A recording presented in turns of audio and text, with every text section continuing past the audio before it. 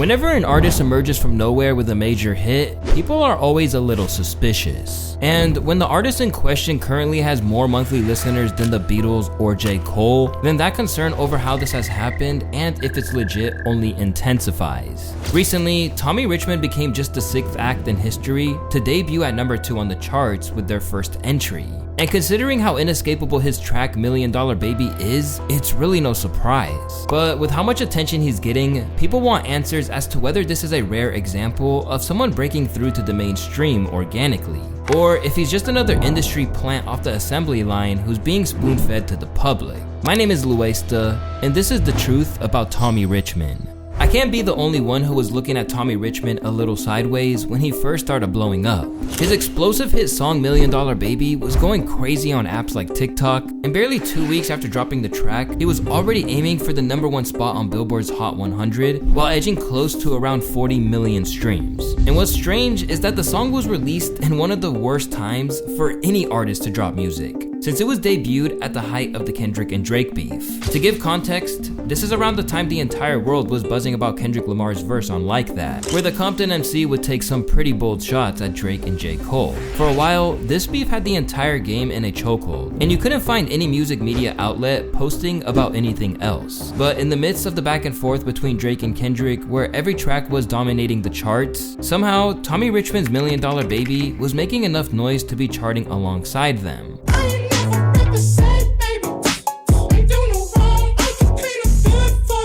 After Kendrick Lamar's Euphoria went stupid, Tommy Richman was literally fighting for the #1 spot on the Billboard Hot 100. And while some were infuriated to hear him, it was undeniable that he made a pretty decent song. However, this didn't stop the internet detectives from doing their research and figuring out if something fishy was going on. And it wasn't long before Reddit threads like this started popping up, with users saying, "Since when did Tommy Richman become a little bit famous? I discovered Tommy Richman very recently. I saw his Spotify profile had 11 million monthly listeners. And I'm like, with that huge amount of people listening to him, why am I only hearing about him now? Industry Plant literally just randomly popped up in everybody's radio shuffles. It's now at 27 million views. How can someone gain this many listeners in weeks?" Dividing opinion more and more on a daily basis, Tommy's immediate rise to the top of the industry has now found himself in the crosshairs of some of the biggest voices in the genre too. For example, on his Hot 97 show, Funk Flex went off on the track as well as everyone who helped to get it to the popularity it's now reached. If you're someone that likes this song,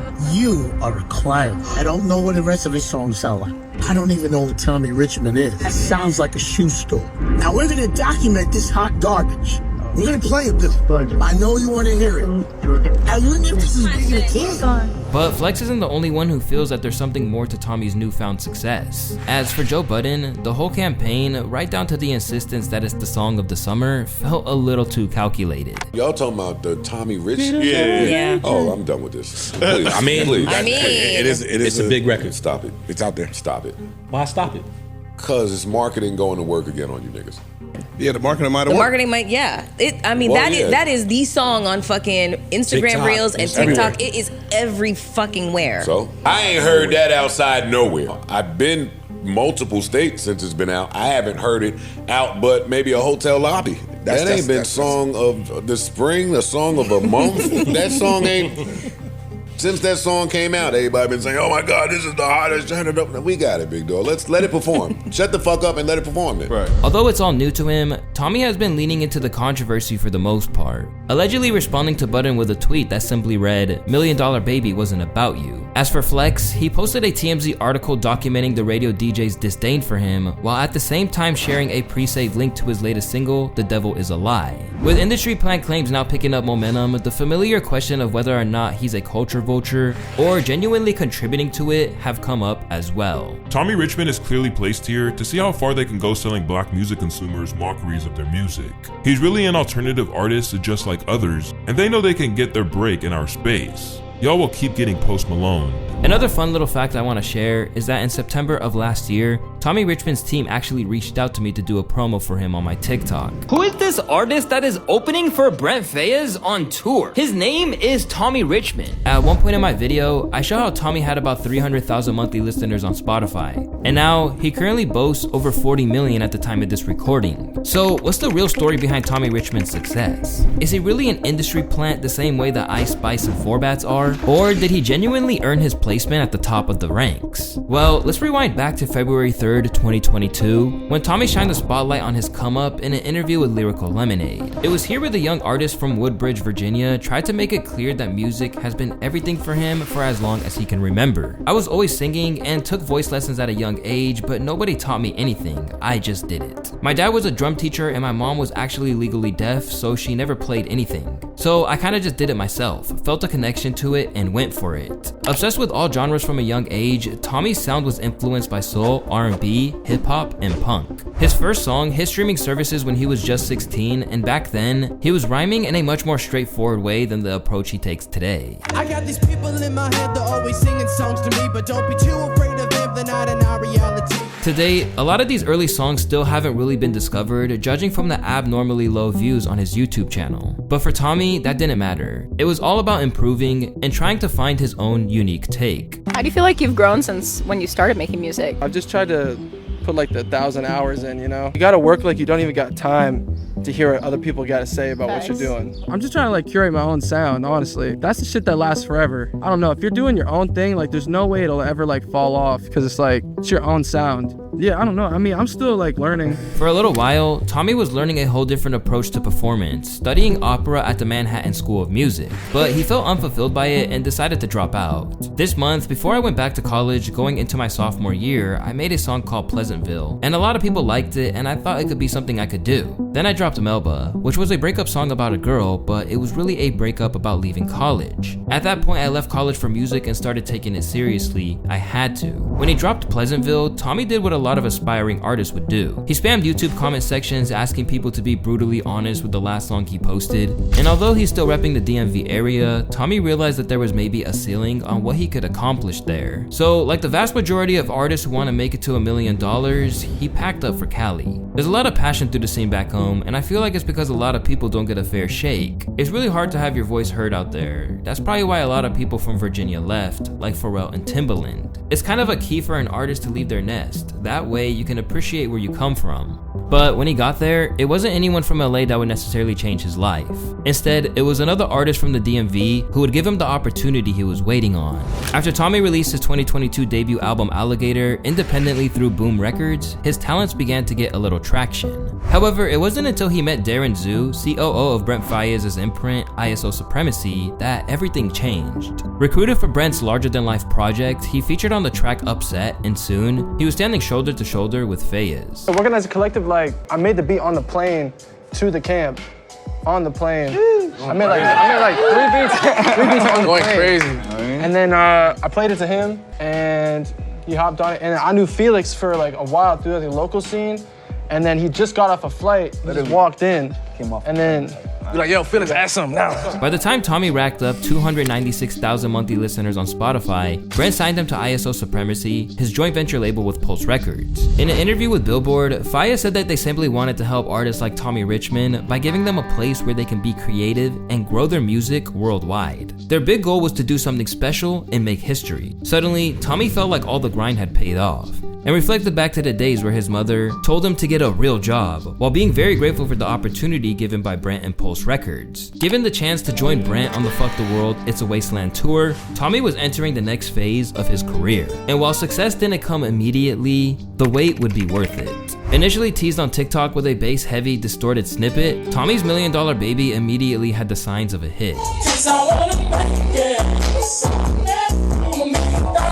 The snippet had users commenting things like, "I've been waiting for this song my whole life," and "Release it so I can have my speakers replaced by Summer." When talking about the track, Tommy said this about why he thought the song caught on so fast. It was a combination of the sound of the VHS camera, the vibe of the people in the studio, how short the snippet was, and how in your face the audio was. The audio is really loud. I compared the audio to my other TikToks, and the one snippet is in your face. I think that's why it caught on. Eventually dropped on April 26th, Million Dollar Baby was a smash from the minute it dropped. But he didn't orchestrate this whole thing by himself. Instead, he had the help of Post music group Sarah Ahmed, a marketing professional who held Post at Atlantic, Empire, and Live Nation, who claimed that she helped build him a rollout plan to build hype for the song. We didn't have much lead time to create a campaign. There's nothing out there like this. I think people are looking for something new, exciting, and different, and Tommy is it.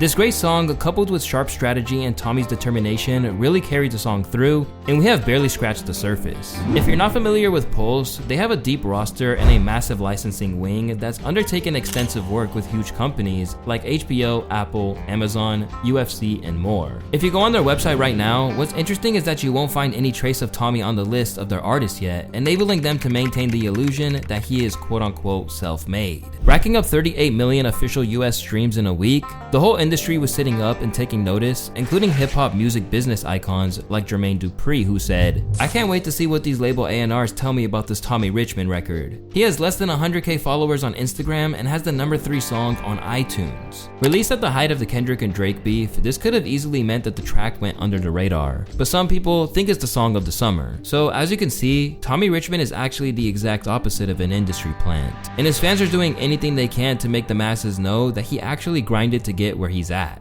I saw this tweet that said, "Them Tommy Richman industry plant accusations on the way." This comes after Tommy Richman, I believe, made a #1 entry on the US Apple iTunes charts, which is unprecedented for his song Million Dollar Baby, because that song came out of nowhere. But when you look closer at tweets like this, you learn that Tommy's been making music for over 8 years, and that he's been signed to Brent Faiyaz for about a year, and that he's actually dropped 36 tracks already before this one. So in fact, I think Tommy is a perfect example of the opposite of an industry plant. This was made especially clear when a user on X wrote, "I'm putting it to a stop because I've seen Tommy Richman come up in real time. This was him like 2 summers ago, performing in front of like 50 people. He earned this." Industry plant is a phrase often thrown around for people who just aren't tapped in early on. Since the track's continued dominance on TikTok, people are beginning to get a little angered by the presence of the song. And with that, it's really not surprising why the industry plant allegations have flooded in. For some people, this has been crazy to watch. Watching the internet slowly turn against Tommy Richman is so interesting. People were eating Million Dollar Baby like a strawberry cheesecake just last week. But it's pretty easy to set the record straight on this one. If an artist has been grinding independently since 2016 and finally got signed in 2023, they aren't an industry plant. They are just someone who worked hard and finally got their opportunity. And regarding the culture vulture allegations, it's important to note that while Tommy himself might not be part of the black culture he draws influence from, many of the people around him are. Y'all should do y'all research on Tommy Richman's team before slandering him, because it's a bunch of successful and talented black men that are behind that man's career, and I'm rooting for every single one of them. Does he have a corporate machine behind him now? Yes, but ultimately, this isn't really a problem. Most of the artists we listen to have backing that isn't even disclosed. The only thing that matters is if the track and his sound is really resonating with people, and for the moment, that's the case. The real dilemma that's facing Tommy is that even if he can silence the accusations, he needs to move quickly if he's going to capitalize off his momentum. And if we're talking about the journey to fame as a rapper on TikTok, I've discussed many of the challenges that path can bring, and you can watch that by clicking the video you see in front of you.